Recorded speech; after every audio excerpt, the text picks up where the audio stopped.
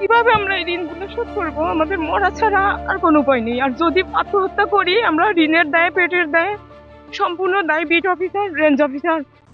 এই গাছ আমাদেরকে বিভিন্নভাবে আমাদের পরিবেশ থেকে উপকার করে থাকে। আজকে ছোট বন্ধু তোমরা যারা আছো, একটা উপদেশ দিব, প্রত্যেক বছর তোমরা একটা একটা করে গাছ প্রত্যেকে রোপণ করবে। চাঁদা না দেওয়ায় কেটে ফেলা হয়েছে কৃষকের ১,২০০ ফলন্ত কমলা গাছ। কোনো ব্যক্তির বিরুদ্ধে নয়, খোদ বন বিভাগের বিরুদ্ধেই এমন অভিযোগ তুলেছেন ভুক্তভোগী কৃষক আলী মোল্লা ও তার পরিবার। 18 সাল থেকে এই বাগানটা আমি করছি, তিলে তিলে তিলে তিলে বাগানটা আমি গড়িয়ে তুলছি এত বড় উপরে।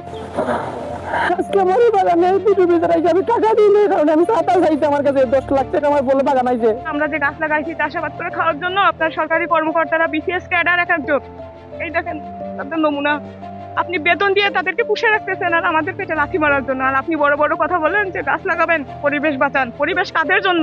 জানা যায় মৌলভীবাজারের কোমলগঞ্জ উপজেলার বাসিন্দা কৃষক আলিমুল্লাহ বন বিভাগকে মাসোহারা দিয়ে ম্যানেজ করে 5 একর জমি 8 বছর ধরে চাষাবাদ করে আসছিলেন। বন বিভাগের জায়গা হলেও কাগজ কলমে তার লিজ না নেওয়া বা ভোগ দখলের কোনো প্রমাণ দেখাতে পারেননি তিনি। কৃষক আলীর অভিযোগ, মাসোহারা বাবদ বন কর্মকর্তা এবার প্রায় 10 লাখ টাকা দাবি করেন। সেই অর্থ দিতে অপারগতা প্রকাশ করায় প্রশাসনের উপস্থিতিতে ১,২০০ ফলন্ত কমলা গাছ কেটে উচ্ছেদ অভিযান পরিচালনা করে বন বিভাগ। মনে করো আরো 3 মাস বাদে আমরা ফসলটা বেচতাম পারি, এই সময়টা গিয়ে আমরা বাগানটা খাচ্ছি একবারে চুরমার করে লইছি। সাদা না দেওয়ার কারণে সম্পাদকে জানানি এই তারা করছেন।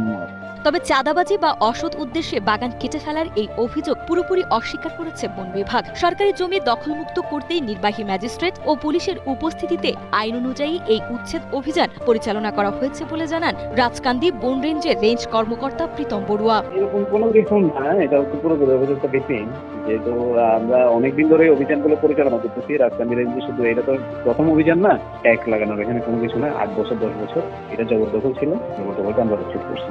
এদিকে অভিযোগ আর পাল্টা অভিযোগের মাঝে অনিশ্চিত ভবিষ্যতের মুখোমুখি ভুক্তভোগী পরিবারটি। তাদের দাবি, এনজিও থেকে প্রায় 20 লাখ টাকা ঋণ নিয়ে এই বাগান গড়েছিলেন তারা। কয়েক মাসের মধ্যেই ফল বিক্রি করে ঋণ পরিশোধের স্বপ্ন ছিল তাদের, কিন্তু চোখের সামনে বাগান ধ্বংস হয়ে যাওয়ায় এখন এনজিওর এই ঋণের কিস্তি কিভাবে শোধ করবেন এবং সংসার কিভাবে চালাবেন তা নিয়ে চরম শঙ্কায় দিন কাটছে তাদের।